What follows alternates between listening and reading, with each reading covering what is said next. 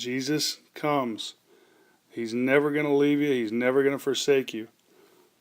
And so he says, you don't have any fish, do you? And they said, no. Not quite the tenderness that Jesus just showed them. But obviously they didn't know who he was at the time. And so he said, cast the net, verse 6, cast the net on the right side of the boat, he told them, and you'll find some. And I love this next part. It says, so they did. And they were unable to haul it in because of the large number of fish. Blessing always comes after obedience. When you know you're supposed to do something, and I've told and wrote about many times that I have followed God when He's asked me to do, and I also talk about many times where I have to argue 10 minutes with Him before I do it. And I also talk about times where I flat out just don't do it. You know, I feel terrible, but it's just the war I have with the flesh, and thank God He still uses me and He cares. It's unbelievable to me sometimes He hasn't thrown His hands up and walked away, but He hasn't. And I love Him for that. And so he said, cast the net on the right side of the boat. And once again, they didn't say, hey, we're professional fishermen. We know what we're doing. We probably already fished on that side of the boat. And besides, what is the difference in the width of a boat going to make between no fish and an abundance of fish?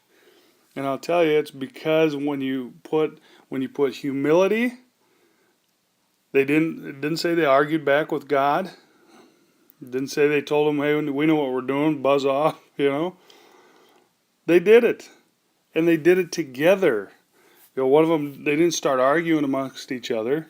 Well, why are you going to do it? Why are you going to listen to that guy? Why don't you listen to me? I'm the one that knows what I'm doing, and so forth. They did it. They pulled the net up, threw it on the right side of the boat, and told them, it says, so they did, and they were unable to haul it in because of the large number of fish. So right away there was a major blessing because they humbled themselves and that they worked together as a group and did what Jesus asked. And that is a lesson of all lessons for us. Number one is humility.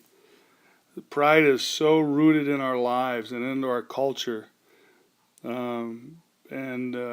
God has revealed that to me, and I'm not sitting here telling you that I know it all, and I'm the most humble. I would never dare do that, and I don't even come close to thinking that, but I can tell you that I'm more aware of pride, where pride is in my life, and I'm actively seeking God in the area of humility and humbleness, and I know that He's blessing His work through my hands because of it.